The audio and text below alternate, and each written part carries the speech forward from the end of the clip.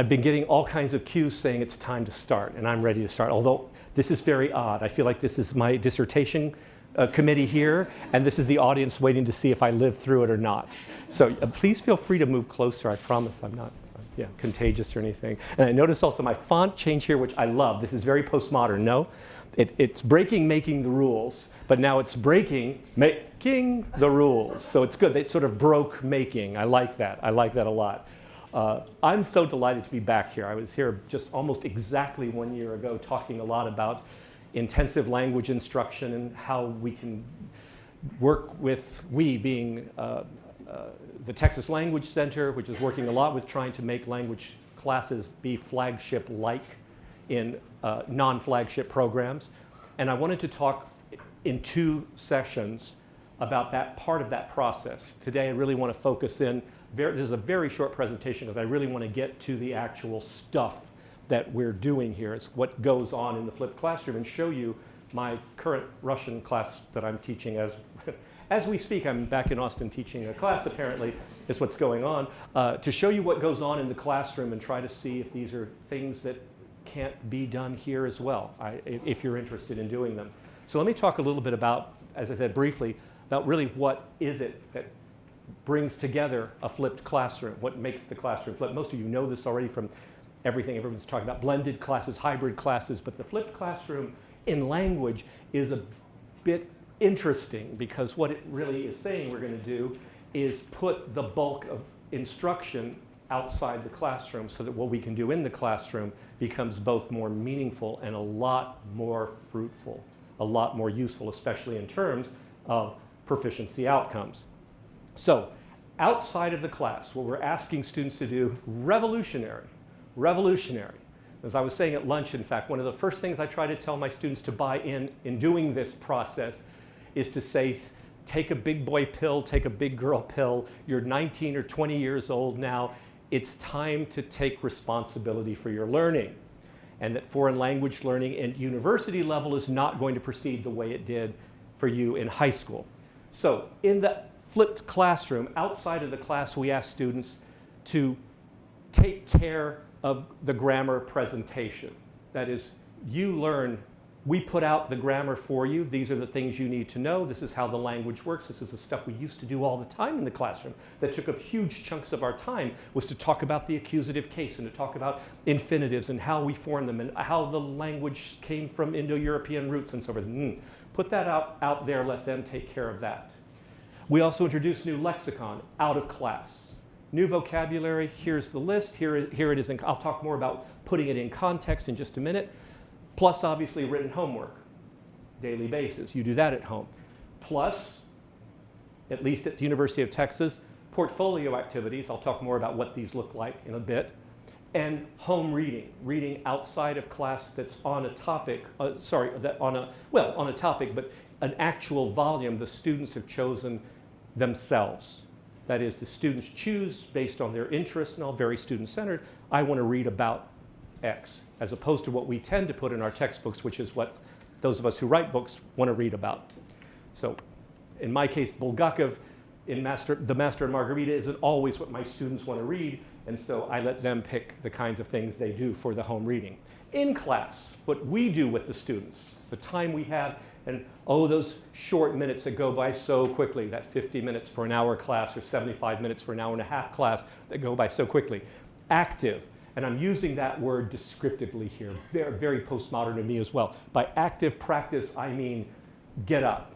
As teachers, we don't sit ever in these classrooms. As students, they don't sit much in the classroom. Get up, move, speak, talk, respond, show, interpret, argue, all through in class. Active practice of the new material that was previewed at home by the students out of class. Recycle the old material. With each class, we, of course, have to go back and spiral through the material that we've already covered in previous classes so that it doesn't fall stale. Lots and lots of use of reality. The afternoon session, the second afternoon session today, is all about this. I want to talk about what it is that goes into the proficiency classroom, and largely I'm going to talk about the use of realia and authentic materials in the classroom. So we use those materials, these bits and pieces that we bring in We used to call them culture days or culture modules or so forth, but really to bring in every day with every class bits and pieces of the home culture, the target culture, to introduce the culture with every part of the language we're talking about. Talking about the instrumental case or the imperfective aspect doesn't have to be about the grammar. It can be about Turkey, about Russia, about Italy, about Spain, while you're actually teaching the material. And all the time you're introducing the grammar, you're focusing on production. In class, we do pair work, we do group work, we do group, gang recitation, where everybody says all together. Every minute of every class should be based on either receiving something meaningful or producing something meaningful in the flipped classroom, because we've taken 90% of the presentational material out of our classes, yay, and put it into the hands of the students. That said, the responsibility on us is massive of trying to keep that enthusiasm going, to keep that momentum going. And also, I often tell my teachers that I'm training to do the intensive class, it's at least as hard for us. You will drop a few pounds, yay. Teaching an intensive class, one of the fringe benefits you get of doing this, not much else you get benefit doing it, but you will work in the class as your students will as well. So last couple of quick bits here. It's important, I think. So the out-of-class training, what are some of the features of it? Real important as we produce these materials that the students are going to be looking at, whether they're right from grammar books or from textbooks themselves or it's material that we're writing and putting online. The grammar explanations we give them then need to be clear, concise presentations of new grammar. It really needs to be kind of free of all of the meta-linguistic stuff. We need to make these functional working grammars for our students since they're doing them on their own. Meaningful presentation of new lexicon, not simply a word list with a word next to it. Google Translate has shown us very clearly how that's a really not great system of translation, is to have a word and a one-word definition, but rather use the word in a sentence, have the word with a photograph, picture next to it, something to kind of contextualize what it means and help make it more memorable. Student-centered portfolio activities. I'll go back to these in both sessions today of what I mean by making the portfolio activities about the students, not about us. Not about us. Student-centered reading, I've talked about that already, and really a focus on computer and media literacy. For me, I've been at this 30 plus years now. It was a big deal back in 1977 to get the single copy of Pravda that arrived at Bryn Mawr College once a month or every 2 months. We'd all sit around poring over the paper, touching it with gloves and all, because it was the only bit of media that we got. It was the medium. Now our students, as you know, they're all over the place. They're literally, virtually in the country via internet. And so we need to make sure that they are as media and computer savvy in the target language and culture as they are at home. On average, our students spend about 24 to 26 hours a week on social media. Not mine, these are Alemann's statistics from 2010, 2012. And if that's the case, and from what I've witnessed just in my classes alone, watching what students are doing during lecture, it's probably right. I want to usurp some of that time. I want to co-opt some of that time and have them using social media in Russian, in Italian, in French, in German, in Spanish, in Arabic, all of that, right? And yeah, we're asking them to do 2 to 3 times, somewhere in that configuration, of the time they spend in class, they'll be working out of class. And this cannot be a hidden agenda in a flipped classroom. They simply need to, it's got to be front and center. The student who takes the flipped class, an intensive class, needs to know that for every hour in class she is spending, she will be spending at least probably 2, maybe 2.5, 3 hours outside of class. So 6 hours in my class means about 18 hours outside of class. Up as much as 18 hours outside of class. Now, what about the in-class portion features? Creation of reflexive production. That sounds that's a little too pedagogue speak. I mean, without trying to sound too Pavlovian, when I put something out there, or when something is shown on screen, or when something is played out loud through speakers, the student responds to it immediately, hopefully developing more and more as the semester moves on, native-like reflex to what those stimuli mean. So it is a bit of stimuli response. That is, I want to be able to say, I'll use Russian briefly, that a student hears «Здравствуйте» and immediately says «Здравствуйте». «Как ваши дела?» «Спасибо, хорошо, у вас?» «У меня тоже хорошо». «Что нового?» «Да ничего». I want them just to have this sense that if speech comes out, something needs to come back. I want it not to be if we start this from day one, we start to mitigate this necessity, at least. Maybe this is a Russian thing, but my students have this thing of I can't spit it out till it's perfect. I want to make sure I've got the right words, the right endings. It's all got to be all lined up, sort of like a agglutinative Turkish. No, I want something to come out. I can work with that. I can correct that. I can adjust it. I can fix that. But if nothing's coming out, communication's not happening. So I want them to develop these reflexive production skills. You see it, you say something. You hear it, you say something. You respond to it. Low affective factors. I can't call it a stress-free zone. It's a foreign language class. But I can try to call it a lower stress zone. That mistakes happen, and they're good. They're good mistakes. This is how we're going to figure out what we're doing right and wrong in the language. Make mistakes. Don't be afraid of speaking. Don't be afraid of telling your partner, I think you made a mistake. Fix that ending, right? Talk to each other in the language, about the language. Keep the affective factors down. I want there to be meaningful correction in our classes. We've got to have it, right? We've got to say when there are really mistakes that matter, where comprehension is going to stop if you keep making that mistake. But it needs to be meaningful, meaning how do people in the native language correct each other? They restate, they rephrase, they repeat. Is that what you meant to say, right? Did I hear you right? I think you said this, right? Students will figure this out. They're adults now. They really are 19, 20-year-old, and they'll get it. Make the correction meaningful. Constantly changing modalities of input. This is who we are now. And actually, I have to admit that as I'm getting older, I'm liking this. I find myself needing more kinds of input.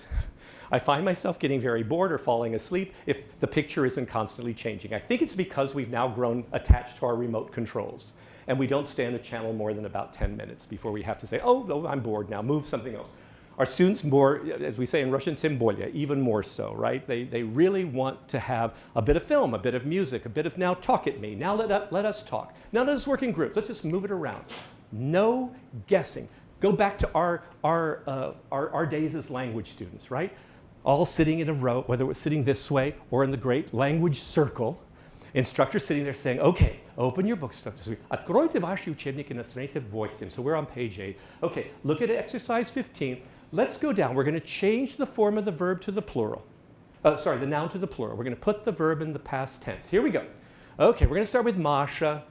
Okay, Masha's got number 1. I'm 1, 2, 3, 4. I'm number 8. That's it. Okay, I got my answer. I know they're going to get to me, and I got it right. I've absolutely learned nothing except at best that one word. I haven't heard anything anybody else has said. So we want to change the way things are coming. Don't let the students think for a minute that they can count on counting when their turn is going to be, because it could all change. Use authentic materials. That's the focus of the second afternoon sessions. Use materials from the country, about the language, in the culture, and so forth to bring it up. A couple of quick advantages, and then I'm going to get to the real stuff. So advantages. The traditional classroom, and of course, I'm making glittering generalities here, so please, present company obviously accepted. When I say traditional, I mean what we've been doing for a few decades now. Very teacher-centered learning. We're the holders of the language and culture. We convey stuff to our students as we wish to reveal it to them in piecemeal. The flipped classroom, very student-centered. Very much they are informing us a great deal as to what it is we need to be working on with them, or what they're going to work on. In the traditional classroom, the teacher introduces new grammar and vocabularies. We ask in the flipped classroom, the students practice new grammar and new vocabulary in the classroom, rather than learn it be presented it in the class.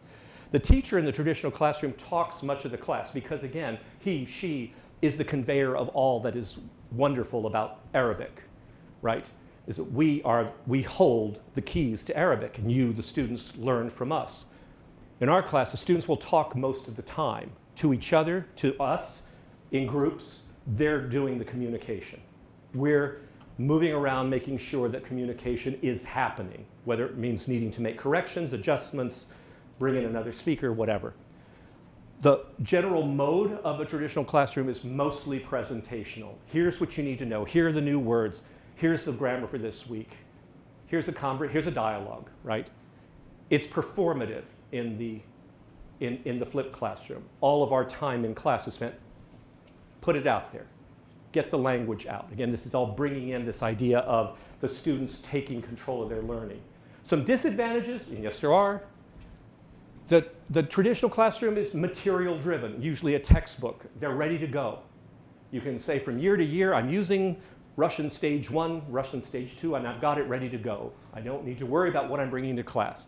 The flipped classroom, we make the material, often on the go, often the night before, because the students have suddenly told you on our Facebook page that we have for the class, I'm still confused about these verbs of motion. Can we practice them more?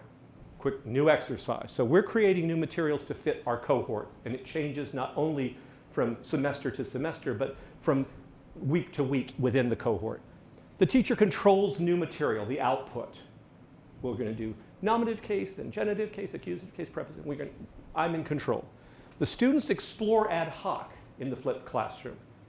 We don't know when we come to class what all they've discovered the night before by doing exactly what we've asked them to do. Get online and look, go read, check out, this kind of thing. And they may bring things to class that are not in the typical order that we present things.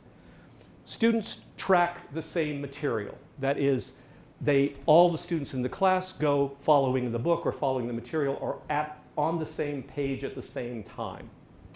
In the flipped classroom, students work independently, and this can be challenging to us as instructors of managing. It's almost like doing a stacked classroom, right? Traditional classroom's conservative. We basically know the offering of material, and we know what we expect the students to be able to produce to get an A, a B, a C, and so forth. The flipped classroom is always changing. We're always on our toes. A lot is expected of us as performers in these classrooms because we are now part of that cohort that we are working with. So what does it look like? It's upside down. It's flipped. And this may make us all very uncomfortable to be in this flippy floppy world, but let me show you what it can look like. Okay.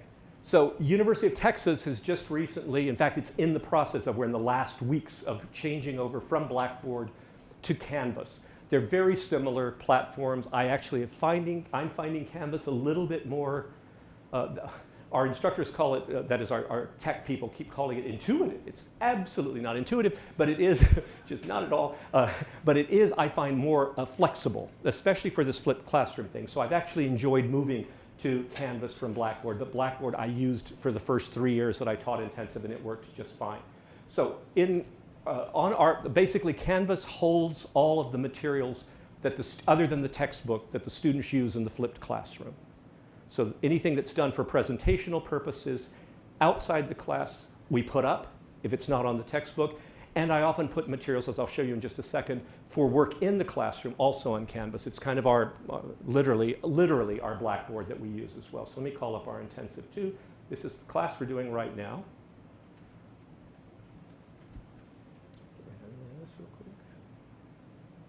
Come on. It should show me a TIFF. It's not showing me a TIFF, that's okay. A couple of things that are on here are, of course, the syllabus is up. So a student at any point knows when exams are coming, what's covered in each of the different lessons that we do. These are exam for units 1 and 2, exam units 3 and 4, and so forth. They know the dates that those are all happening on. The syllabus itself is downloadable here. They have a live copy of it as well. The important part, obviously grades are kept up here, so you can at any time look at a student's progress and see where they are. But pages is where we kind of keep the ongoing, the flow, if you will, of what the course is all about. So I have materials that these first ones up here, they're all in Russian, but these are all materials that they are going to do at home, including, I'll go to this one quickly, instructions. By the second semester, the course really is well over 75, closer to 85% entirely in Russian. So most instruction, even on the Canvas side, is done in Russian. So the first thing is to say at the beginning of the second semester, students are ordering their own at-home reading texts. This was simply something that came up to me not as part of intensive, but part of my regular course when I realized that the readings we put in our textbooks appealed still to people like me, people who were taking the language for philological reasons. I'm learning Russian because I want to read Tolstoy or Dostoevsky, right? I have students now taking Russian because they want to build oil rigs in Siberia, or they want to work with Médecins Sans Frontières in Ukraine, or whatever. It's so varied now. So the readings that they're interested in are as varied as they are. So on this site, it basically says here, the example is how to order your books. You order your books by going to this site, and I can quickly go to that site. There it is. This is actually a Russian website in the States, so this way I feel safe about them putting credit card information into it. How do I get back to the, oh, here it is, sorry, my bad. There we go. Get to this page, click on it, go to search. There we go, find whatever you're interested in, and I write here, if, for example, you want to find a book about vampires, that would be my preference here, book about vampires, then type in the word vampire. There it is. You type it in, and it will take you, these are all tips and all, they're going to show you, there are screenshots here that if you have on the blackboard, there's screenshots of each of these. It shows that there are 26 books about vampires. How cool is that? Click on books, and it will show you the list. Now look at the list, find the one you want, and so on. And it takes you through all the steps until the last thing you get is, now that you've ordered your book, you've made payment and all, print out the page that's your receipt. Put that in your portfolio to show this is the book you're going to be using for the rest of the term, right? So that's one of the small things that we do on this. So there we go, back to Russian. Other things that are up here, the entire video text for our textbook is there. All the video files are there, but these are the fun ones. These are the lesson files. So these, they've got by syllabus daily homework on a daily basis, things that they're doing, practicing grammar, practicing new vocabulary, all of that practice out of class. When they come into class, so this is now the very beginning of the second semester, which would be for us the equivalent of what normally would be second year, the class, third semester of Russian. And the topic in their textbook is all about telecommunications, about the Russian television system, radio system, and so forth, and how one of our heroes in the soap opera that our textbook has works at this telecenter in Moscow. So the students now, I pulled simply from the actual website of the station, are faced with little chunks of authentic text. So that's actually a bit of text taken right from the website about it. We read it out in bits and pieces. Students retell what it says to each other in question-answer forms. What is the name of the telecenter there? I think it's called Ostankino. When was it built? Do you know? Is it from this century, last century? Oh, I think it was built between 1963 and 1967. And how many people work there? Well, or how tall is it? Well, it's about 525 meters tall, pulling information from the text, but all in communicative form. Ask and answer questions. Do you know anything about this place that we're reading about in our text? So this now is, all of this material coming up is all, as we would say, part of the movement of the class. Describe what's in the picture. What would this be a view from? Is this at the base? Is this from the top? Where would you be looking here? What is the position of the telecenter in the teletower in the actual city of Moscow? And we talk, and that's a portion of the class. My job in this more than anything is to control their conversation, not to put out there, all right, let's talk about the center. Now, Sergey, read the first sentence. It's not any of this kind of stuff. It really is picture, what do we know? Get in pairs. Get in pairs, right? We say get in pairs, get in pairs. Now let's ask each other questions. This is all in Russian, right? Get in pairs. Now ask each other questions that you can pull information from the website that I'm just showing, that tiny little website. What can you tell me about it? We finish with that. They talk back and forth, back and forth. My TA and I are walking around. Little quick correction here and there, adjust the pronunciation, little grammar mistake there, walk, walk, walk. Finished. Everyone back, sit down. Okay, now let's turn this into reported speech. What was said? What do we know? Report back to me. My first time in Moscow, I've known nothing about it. I look up and, oh my goodness, there's a television tower. Can you tell me about this? Quick, go around the room. Give me one fact about the TV tower. Excellent, nice job, perfect. Theme 2, right? And we move on. Switch the modality. At this point, by the way, I showed a little television clip. It's not embedded in this Blackboard. I was actually showing it as a separate clip. We have a Facebook page for the course, so at any time in the class I'll say, because everyone brings in either a telephone or a laptop, to call up our Facebook page quickly, to say there's a video on there, check it out, because part of it is computer literacy. Can they get to the material using instructions in English to say things like enter the URL, Click on. Good. Now go to this page. Fantastic. Find the video. Click on it. Perfect. Let's watch. Watch a 30-second video about a fire that took place on the very, very top in the restaurant at the top of the building 2 years ago. The fun thing here is my question I say is, listen to the video, find out what the name of the restaurant is. That's all. So listening for a very specific bit of information. And it's a joke because the name of the restaurant is called Seventh Heaven. And of course there was a grease fire in it, so it's kind of a bit of irony there. And most students don't get it, as in they hear it and go, it's something about a seventh sky, because in Russian it's Седьмое небо, which means the seventh sky, but yeah, they only get it after we talk about it. Okay, we move like shifting gears without a clutch to the second topic that comes up in the text, which is after we've met this woman at work, we find out this amazing news that she's getting married. This is part, again, of the new vocabulary, all the verbs and nouns, all the language that goes around getting married. In Russian, different words for a man marrying and a woman marrying and a couple marrying. They're all different verbs. It drives our students crazy, and yet I find it just terribly fun. They get to play. So a quick review of that, in case I know you saw it at home, but to remind you, right? Here are the forms to get married for a woman, to get married for a man, a couple of things that are said, just quick practice to remind them what's there. That lasts never more than a minute or two. I don't want to do grammar in class. Instead, I get to this. You get taken to websites. So the graffito on the wall says, marry me.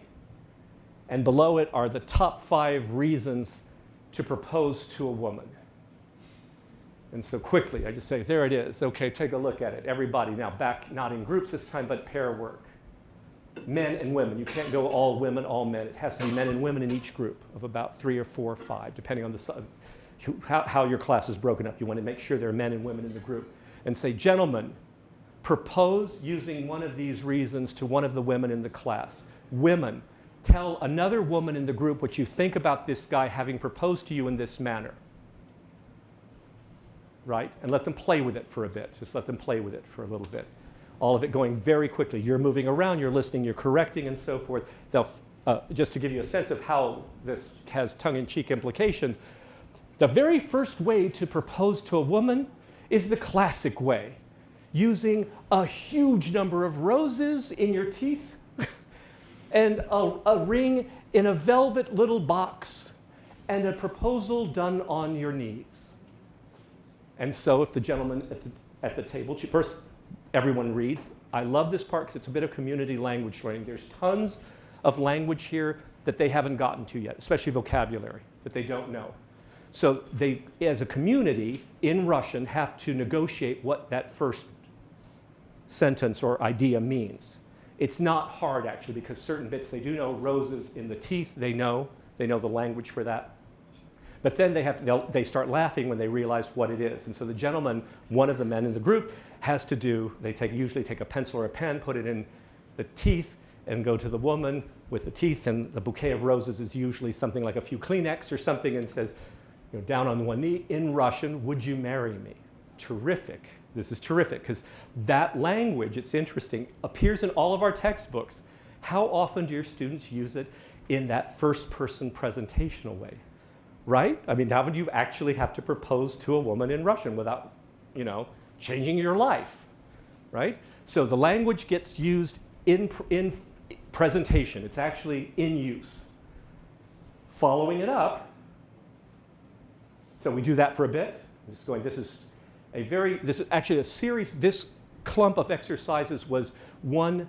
We do Monday, Wednesday, Friday for an hour, Tuesday, Thursdays for an hour and a half to make our 6-hour class. So this particular bit of exercise stuff was done on a Wednesday, Thursday. So it's covering really a class, what I would say 2 classes, but one long, one short.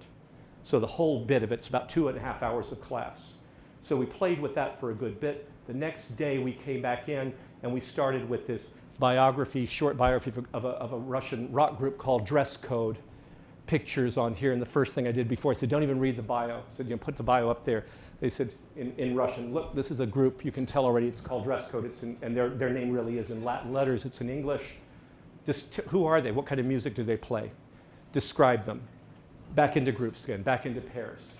I want you each to be one of them and say who you are to each other. Say, walk into a person. very pleased to meet you. So who are you exactly? In Russian, this wonderful phrase, кто вы, right? And the response being, oh, I'm in the group dress code. Really, what kind of music do you play?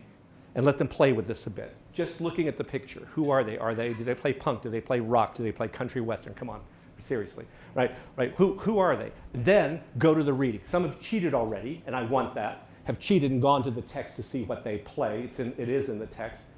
And then we go back to the same exercise, but now with the information from the reading.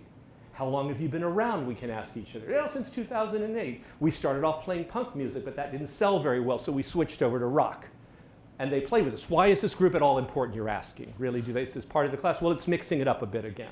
Something unexpected, but eventually we get down to here. To a song that they have that's called, I Don't Want to Go to School, I Want to Get Married. So they've already had in a previous unit all those, as we all do, right? Sometime in our first couple of months of any good language class, all the stuff that goes with classes and taking classes and being in school and what's your major and all that stuff. So they know all this stuff about studying. But the marrying stuff is new. That's all new to them. So here it is in one lovely bit of song. So we start off, there are a couple of things here because the song is new to them. Let's see, can I do this on, will this let me open this? Yes, it will, I think. There we go. Does it open automatically or do I have to click on it? Download it. Not there. Where is it? Where are my downloads? I don't do PCs, I'm so embarrassed. I do Macs entirely.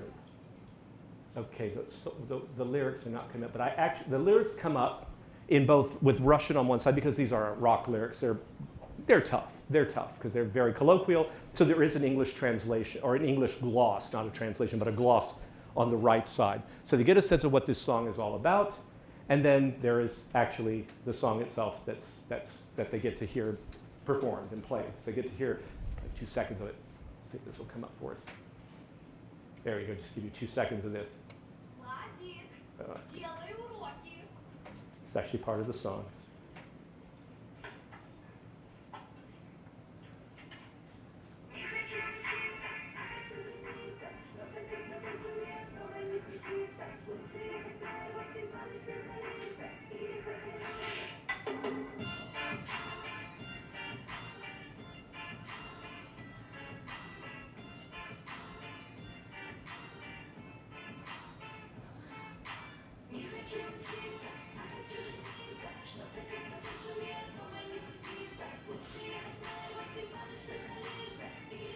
Okay, I've probably shown you more than I should have. You get the idea. What I love right away is the students, you can look, because I'm still standing mostly toward the front because I'm playing with the machinery, is to watch all the students kind of go, 20 students all with that same expression on their face, right? It immediately, what I love about this is it's contemporary, well-ish, 2009, 2010, this particular song. It's relatively contemporary. It was popular. It actually sold a lot of copies, believe it or not. And our students can't believe that this stuff sells, right? So that alone becomes topic of conversation immediately, is right away. Okay, you got the song. So what's the song about? It's about, I don't want to be a student anymore. I want to get married. But before we talk about that, can we talk about how bad this song is, please? And so talk about it. Talk about it. What do you think? So quickly, because they're used to do this pair. Did you like the song? Did you not like the song? This is spiraling, recycling old material, right? This whole thing of what likes, what you don't like. They had this already a unit and a half ago, how to talk about what I really am into, what I'm not so into, and get the students talking very quickly. What kind of genre do you think that was? It wasn't really rock. It's kind of pop, but not even good pop. It was really bad pop. And what about it did you not like? Well, look at the way, it's so sexist. The women are all dressed skimpy. The guys are all tough and macho. And it's astonishing how quickly the conversation goes from, I didn't really like this song, to making almost social commentary about Russia based on one little tiny music video that takes all of 3 minutes to play. They moved through that and finished, which was their only part of their grammar for that unit, was the comparative degree. There's I give them a little review of it here, but it's on a PDF. We don't do it in class. It's okay. So if you're still having trouble with comparatives, check it out here. There's one more pass you can make on comparatives. Instead, I want to do this with you. Practice them. And so the idea now is in the video, so we met our woman at the beginning who works at the television station. She reveals to us she's getting married, and then we find out that mom is now planning her wedding. That's the last bit of the video for the unit that they've seen. As she's planning the wedding, her thing is to say, so whom do we invite? And this is a big deal. Well, we have to invite Uncle so-and-so. Oh, do we have to? He's such a bore. Well, he's not as boring as so-and-so. If we really invite him, then we've got to invite so-and-so because that person's more important. And so it goes, using, right, it's a little cloying, but it's using comparatives. So their job now is, here you go. You're going to we set up the thing that says you're going to make up your own, inviting people from your school and so forth to a party you're doing. I need you to give me their last name, their telephone number, and the notes here to say, what about them? Like mom was doing, right? We can't seat him next to, we can't seat so-and-so next to this person because she's really angry. Well, no, he's more angry than she is, and they'll just have a fight, something like that. So they're using comparatives here, right? These are the ways we use, and I won't belabor this much more with the actual site. Let me quickly go back here and just pull up a bit of two to show. There we go. That the whole point is to say that the movement, what in Russian is called the move of the class, the way the class progresses from minute to minute, never allows a student to stop and say, even to think about getting tired, bored, whatever, because the point of the exercise only lasts a few minutes at a time, and before the modality shifts or the actual subject matter shifts. And this works really well in the flipped classroom to the extent that all we're trying to do, and this is I say all we're trying to do, but it's a huge task, is to practice, to get them to use the material that they had presented. By the way, as the instructor, we're getting a lot of immediate feedback, right, as this movement is happening in terms of what did they get and what did they not get from the grammatical presentation, or what vocabulary did they get under their belt, or are they still not getting. This is part of my own evaluation of them as I go through the class listening on who's saying what is, so that do they get the genitive case? Do they understand the comparative degree? Can they actually use the comparative degree the right way and so forth? Is all through the practice. And the second unit, just give you a sense quickly of what it would look like. Second unit of the same one is our bride-to-be gets ill before the wedding. Why not, right? Over here, there we go. And so she has to go here, as you can see, to the doctor. She's this whole thing about at the doctor. What hurts? What's wrong with you? What's happening? This one's one of my favorite because it's reviewing old material. In case you don't remember, here they are, the parts of the body in Russian. And then there's actually a short little video that says at the doctor, and it really is a Russian kind of what are they called, a public service announcement of, remember, Russian citizens, when you go to the doctor, don't be afraid to ask the doctor questions. Remember, the doctor is not the only one who can say, what's bothering you, what hurts? You need to say, is this the best thing? Or why are you asking me this? Or why are you doing this to me? And it's a wonderful model of a woman at a doctor, a female doctor, female patient, and she comes in and the doctor says, what's your complaint? And the woman says, I've pain in my elbow, pain in my shoulder. And the doctor begins to say, I'm going to be prescribing you. And the woman says, wait, before you prescribe me anything, let me ask you some questions. Well, there's my model, right? There it is. So I've now set up for the next exercise, which is, okay, pair up. You need a cheat sheet. I'll give you a cheat sheet. So doctor, patient, and so forth, everybody in pairs. And so it goes, right? They go through it again. Now one asking questions, starting with the usual, what are you complaining, right? What are your complaints? What's hurting you? What's bothering you? And we go through the whole motions of the doctor, right? All of it productive. So at home, what did they get? For this unit, they reviewed all of the genitive case at home because all of hurting and so forth is going to be, in Russian, is this formula of I hurt at this, right? At me hurts, my elbow at me hurts, and so forth. So practicing genitive case, practicing obviously parts of the body, that goes back actually to first semester, but it's all crammed into a very simple, straightforward role play exercise that's done in a couple of minutes, but really gets them using a lot of language very, very quickly. We finished this unit up there with, at the time it was too funny that we came to this unit precisely during the worst part of the flu epidemic, this this spring. About 30% of UT, University of Texas, was out with the flu, myself included, for a bit. And I found all this stuff online about how to take care of yourself in flu season in Russian, and things that, again, bringing cultural information in, like when you talk about your temperature, how to do the difference between Celsius and Fahrenheit, and reminding how to make phone calls to call a doctor and so forth, including, finally to finish up, how to call an ambulance when you need one. So that's going through quickly about a week's worth of material in 4 seconds, but I want you to get a sense of what I mean when I say just constantly shifting modality from visual to oral to a still picture, a moving picture, a song, a movie, and so forth to get you through it. Let me return quickly to the front page of Canvas and then quickly just finish up by talking and get you some questions from your portfolio. How am I doing with time here? Are we going till 3? Is that? Yeah, well, okay, I'll literally take just a couple to talk about the portfolio a bit. The second session of the afternoon, I'll talk a bit more about using portfolio for authentic material. So the point of the portfolio is, again, what are we trying to do? Contact hours, contact hours, contact hours. To be blunt, 6 hours, even with knowing that my students are doing another 15 hours or so outside of class. It's, especially with our less commonly taught languages, is very little time of really getting involved in the language. So the more I can encourage them to go out there and in your free time, don't Facebook in English, Facebook in Russian. Don't tweet in English, tweet in Russian. If you're going to just go surf the web, get on a Russian website. Just play around a little bit. So the portfolio exercises are designed to have them do just that. Portfolio literally is a compilation of their stuff. It used to be, when I first did this, that students turned in literally a portfolio folder of stuff. They all do websites for them now. It's kind of cool because it's a lot less clutter to deal with. But they put everything in, from typed reports, videos that they've made, audio clips that they've made, all kinds of things that they put onto their own little mini websites.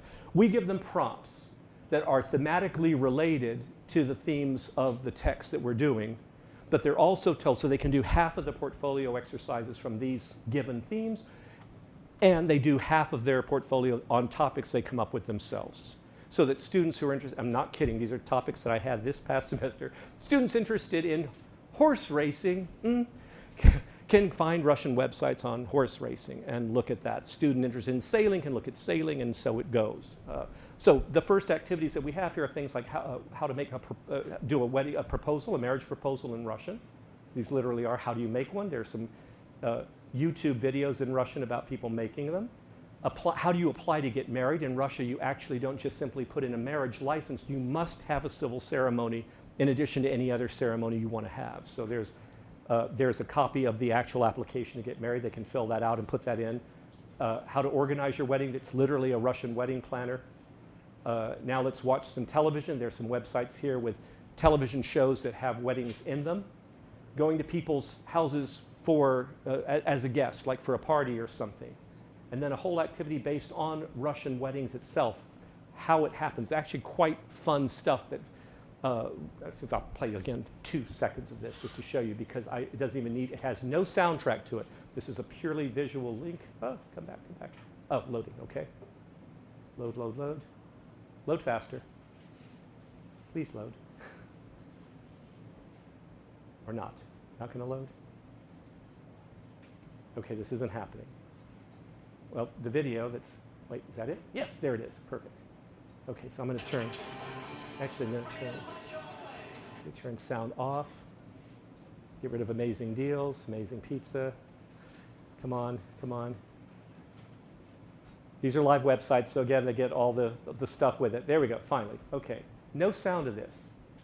This is an actual video on YouTube of a young couple, obviously well off, but that's something we let the students talk about that, I don't, planning for getting married. So we have the young man who drives in his black Volvo, all the trappings that we have here, the parents meeting each other, going now, where are they going, all dressed up like this? Surely they're going to the church to get married. No, they're not. In their lovely black Volvo, they're actually going to the registry office. Because in Russia, that's what you have to do first. You must get the civil piece of paper before you can have any other kind of service, but there they are, all dressed up, Guess who the mother is, guess who the mother-in-law is, all of that kind of fun stuff. How they dress, is it different from the way we dress? A lot of cultural literacy stuff going on here. Signing the document, and again in Russian, that's the word for registering. It literally is расписаться, to sign your name onto the paper. Note that the wedding ring is placed on the right hand, not the left hand. Tons of great stuff here. Culture, culture, culture, right? You see where I'm going with this? Okay, the video plays through, and the student's job for the video is, guess what? Narrate it. There's no soundtrack, so narrate the video. It's a lot of, now this is, I do this right before the exam on this whole unit they've had on weddings, marriage, the whole thing, all the verbs that go into it. This gets to be a big group activity, usually kind of group A against group B. Who writes the better scenario? A nice little competition. So it's again a group activity. Everyone contributes bits and pieces. Who remembers the word for wedding dress? I don't remember the word for mother-in-law. But there's a different word for a mother-in-law of the groom and mother-in-law of the bride. It's Russian's so nasty that way, right? So who remembers what? Piece it all together. Good bit of community learning. They're using Russian all the time, negotiating meaning between and among themselves, and they ultimately come up with their narration and who better narrates, right? So we let group A narrate the first 2 minutes, group B narrates the next 2 minutes, and it's just kind of the winner gets, you know, little bits of candy, the loser get little bits of candy, and everyone feels great. It's America, everybody wins, right? That's how it works. Okay, so the rest of the portfolio stuff is all based on things, silly things like plan your visit to Chernobyl, filling out a what do you call it, a questionnaire, because this is all about going to the doctor. What's your complaint?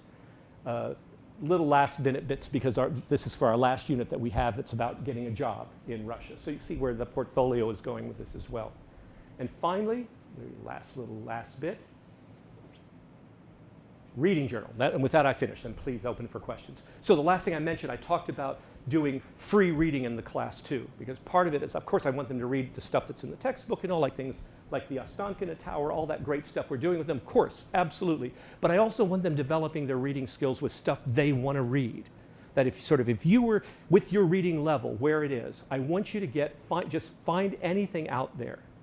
Go on this website, buy a book. You're interested in vampires, buy a vampire book. You're interested in Dostoevsky, then find a short novel of Dostoevsky. But take any piece of authentic literature, of print matter. It doesn't have to actually be literature.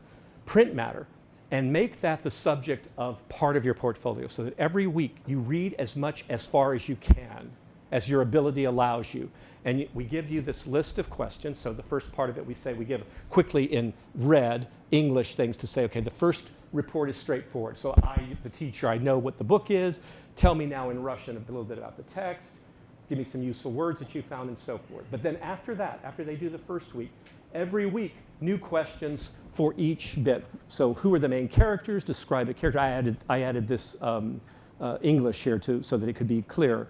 What is the action? Where does it take place? Would you like to live in this place that it happens? Why? And so forth. They can pick and choose according to what's in the book and what the book's about. They write up for each week after the first week of class, because they've ordered the book right at the beginning. Usually it takes a week for the book to come in. So starting about week 3, they have one of these little paragraphs that they write per week. And that's the free reading portion. At the end of the course, in fact, this starts for me in about 2 weeks, usually mid-April, each student then gets to do a presentational. It's one of the only times a presentational speech gets to be practiced. They present their book to the rest of the class. Each student gets to put his or her book out there to say, this semester I read the first 45 pages of Dostoevsky's novel, Crime and Punishment. It's about such and such, the main character is, and so forth, and kind of talk us through the book a little bit there. That is the backbone, as it were, of the flipped classroom, at least in Russian, based very heavily on the flipped classroom model that we use at UT, which was from our Arabic flagship. So trying to imitate that model without the funding of a flagship proved to be, obviously, it's challenging, because we didn't have the funding from the dean or the department to have, for example, the 2 TAs that the flagship has for every instructor teaching the course, nor do we have the capstone year abroad for each of our languages. However, most of us do have a summer program abroad. I'll be taking them again this summer to Moscow for a 5-week program there. French goes down to Lyon. Our Italian program has a Rome program, and so forth and so on, that are doing this as well. So I would love to take on questions, comments, disagree with me, argue, because I know this is asking a lot, and it was a lot to take in. I did about a semester and a half in 45 minutes. Yes, please, go for it. There's Sandy. Thank you. So you showed us how you treat books in your second semester course. How do you do it in the first semester course when the book is given to you? Yes. So first semester, because the reading level. Oh, I'm sorry. Yes. Of course. So the question was, I spoke a little bit about the treating reading in the second semester of the course, so the second half of the intensive course.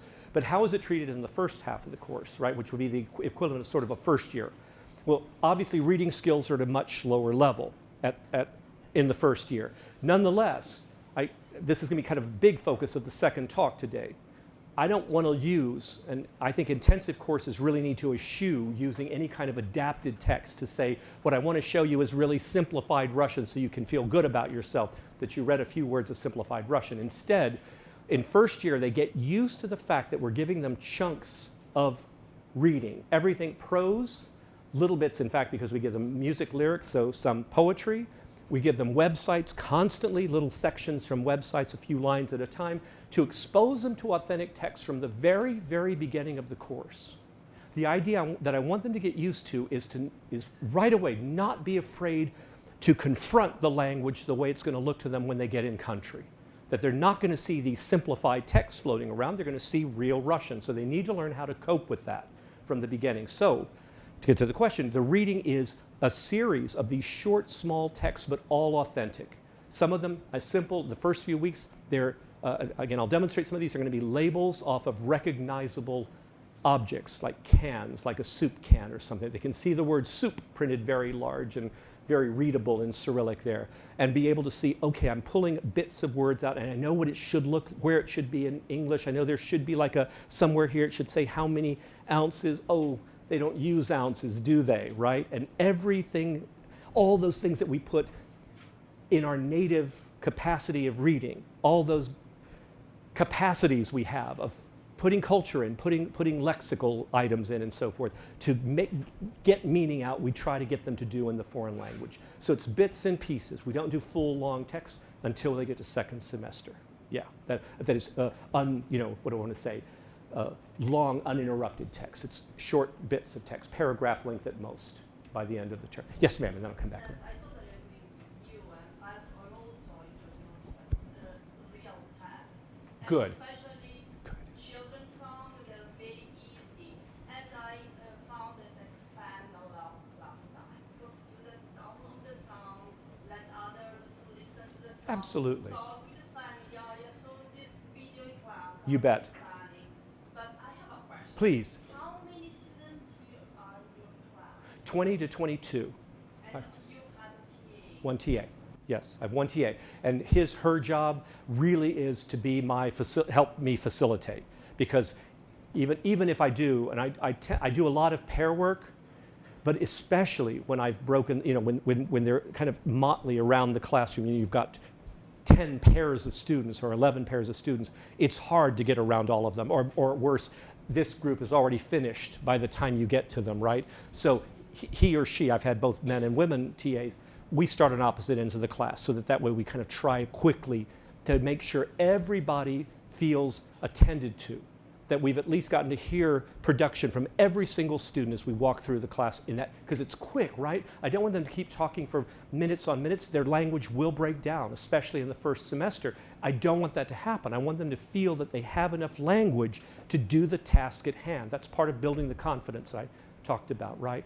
So I couldn't agree with you more that you need to be able to have things that they recognize, like little bits of songs that when they get to country they say, oh, everybody knows that song. That's the birthday song, right? Or that's the song you sing when you get to the age of 12 or 13, whatever it is you've played for them, they recognize as part of the culture. Yeah. But I have another question. Sure. There are some I usually I let them study grammar, Right. by themselves. But there are some times like our past tense is very difficult to apply to English, and sometimes I have to introduce that to the concept. Yeah. So I have to. So in this I have a solution. Let me put it out there, see what you think. I mean, Russian has a lot of those cases too. Verbal aspect, that's the one that the students just, they can read it 100 times and they're still come to class go, what the heck are you talking about? Are they talking about? What is it? Here's what I've done, because I think you're right, but I still want my class, I'm kind of possessive of that class time now, because it's my time to really get them to produce.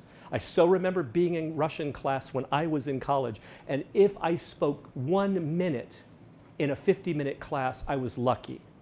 1 minute in a group of maybe 12 of us, right? Because you'd go around and everyone got to speak maybe 3 or 4 seconds at a time, and you just kept going around. I never spoke for more than a minute in a class.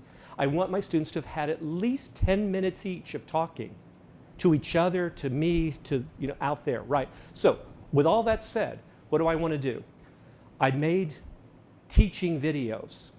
I filmed myself and my TAs doing the kind of at the blackboard or at the computer explaining verbal aspect, so that students who were having trouble with it go home, watch me give a lesson on verbal aspect. If you were taking a traditional course with me, this is what I would do in class, but it's not a traditional course, so I don't want to waste, I don't want to use your time with me talking about grammar, to be honest. So I recorded these. I made about, I don't have any on this particular set. In first year, I have a lot of these built into my course on everything from the genitive plurals, verbal aspect, verbs of motion, these kind of topics that cause problems. So they're little mini lectures. They're not long. They're no more than about 5-6 minutes each. Because again, I don't want it to be kind of too much talking about the language. And Yeah. how many of your students? Mm-hmm.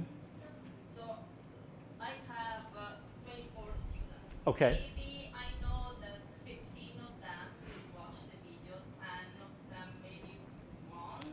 Okay. What happened in class when 15 had watched the video, the other 10 that didn't? It becomes very clear very quickly who didn't watch the video. And I'm sorry, maybe I'm sharing too much information here, but this generation is very much into public shaming. That's kind of what this whole internet culture has created. You know, dude, you know, the woman you went out with, really? Seriously? You're going out with her? I went out with her already. You know, this kind of nonsense. Like, oh my God, you said that to each other? In class, that I watched them. When I say pair up, the two of you pair up, you read the lesson, you didn't read the lesson, so they start to talk and it becomes very clear she didn't read the material. You will say, come on, we've got to perform. He's going to come up and ask us to perform. You need to know this stuff. The students learn, within the first 2 weeks, figure out that if they don't do the work, everybody else gets to find out. I know that sounds almost medieval, but it's the culture in the classroom. The other thing they know, by the way, is because of Canvas. I think it's a feature on Blackboard too, but it's definitely a feature on Canvas. They know I see every single hit each student by name makes. So I can look up, you know, John Doe, and it'll say 15 minutes on this module, 10 minutes on this module. It'll say exactly what he or she's done. And they know I know that, because part of their grade is based on participation, and they know I'm going to look and see how much time did they spend out of class on the materials. Right? Now, it's not simply quantitative, it's qualitative, because some students will get it faster. So it's not just because the students say, okay, I'll just go online and click, and I'll just sit there for an hour and I won't do anything. You know, I'll be checking my email. So it's not about quantity, it's quality. Yeah, yeah, thanks, good questions. Yes, sir, I know you had one. So along those lines, the advantage of a flagship is that students have basically signed a contract and have to be there. So how do you establish the terms of the participation from the beginning? How do you frame what you're doing? The syllabus and my talk literally the first day is I'm very serious. I also, we do a lot of kind of it's a bit of advertising, but it's sort of try to be truth in advertising. We say what the course is beforehand when students are signing up. So most students don't make the mistake of signing up for the wrong course if they really don't want to. Very few students sign up and don't know what they've signed up for.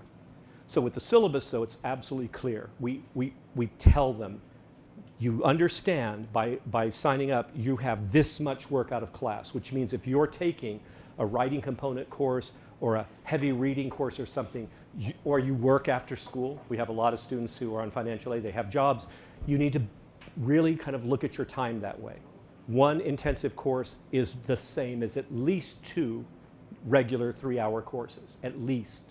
So if you take 4 courses, you shouldn't be taking more than 3 this semester, at most, if you're used to taking 4. Some students really are, because UT's got this system where once you get above, I'm trying to remember what it is, 12 hours I think it is, the cost becomes the same for tuition. So students are kind of encouraged to keep our graduation rate high, so students finish in 4 years, encouraged to take more than 12 hours, 15 hours. But with intensive classes, you have to advise them. We ask our advisors to say it. We advise them to say, don't do it. When they get the syllabus, we say, I'm handing this to you in hard copy, even though it's online. Here it is in hard copy. If you leave this room today with that syllabus in your possession, you have agreed to the terms.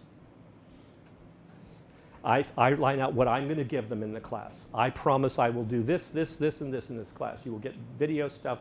You will get stuff online. I will make sure you have access to the following resources. If you don't have a computer, we will supply you with this and this. All of that is in the contract. But it says you, in turn, have to do the following.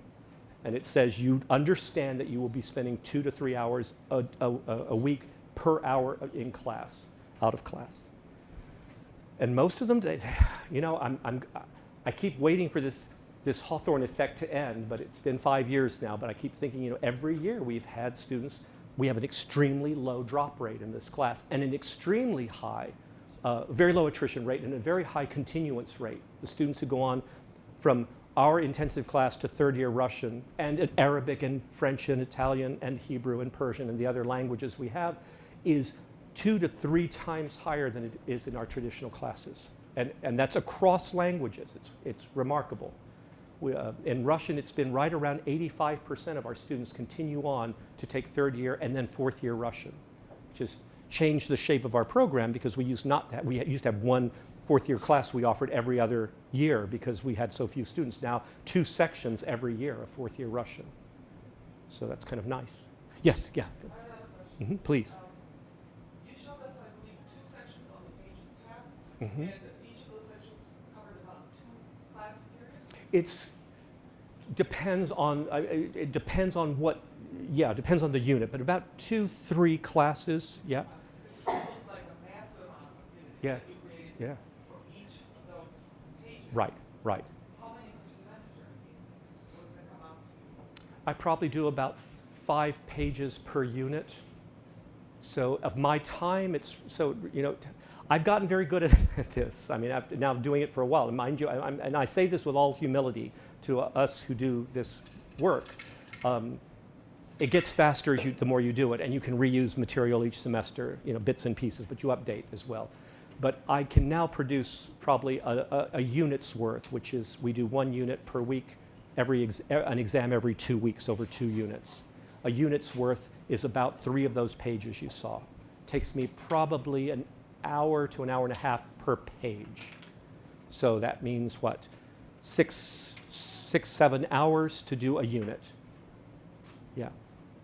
Now of course, because I've done these for the past years, it's updating each one, and updating it only takes me about 15-20 minutes. Sometimes I find a new website, I want to embed it, or a new song or something like that. It's very quick. But establishing at the beginning is a lot of work. And I worked with a team of other teachers who were building sites in Hebrew, Turkish, Italian. There were about 4 languages, and so we kind of framed out the kinds of activities we wanted to put, and had this kind of support group helping us, helping each other find material that we needed and so forth, and that sped it up a little bit. But the investment is big at the beginning. I fully admit that. It's big for us as teachers. Yeah. Yes, ma'am, please. Do you spend time assessing students? Oh gosh, yes. Yes. So more on that in a little while. I kind of was saving that for the second session, but assessment is ongoing, obviously, in this kind of class because production is ongoing. So everything we're getting, in a sense, forget about what we get in homework, right? You've got assessment you can do there, but in class, every day is a kind of assessment, right? You're kind of setting up little mini OPIs every class session. So we as teachers, actually, I've never felt so rich in terms of getting that kind of information from students that I really can tell at any point within a half level of where their proficiency is. Within one half level, I can always say, she's about, an intermediate mid, or he's about an intermediate low, because I'm pretty sure from just hearing the class performance. That said, formal assessment. Every 2 weeks, a pro-achievement exam. That is an exam that's based on proficiency tasks, but looking for discrete items. I am looking for certain vocabulary, for certain grammatical forms, but in a proficiency format. We do 3 OPIs per year, not semester, but per year. I do one at, obviously I don't do one at the beginning, but I do one at the end of first year. I do another one at the beginning of second year because the students have lost over the break, almost always some language, and then one at the end. So we do many kind of short OPI lights that they do. The students do can-dos. I have them online so they can do them whenever they want. I ask them to do them 3 times during the year as well. To fill out a can-do form from ACTFL, I can invite a friend to lunch. I can, I can introduce myself. I can write a short note to a friend, that kind of thing, right? And they love those.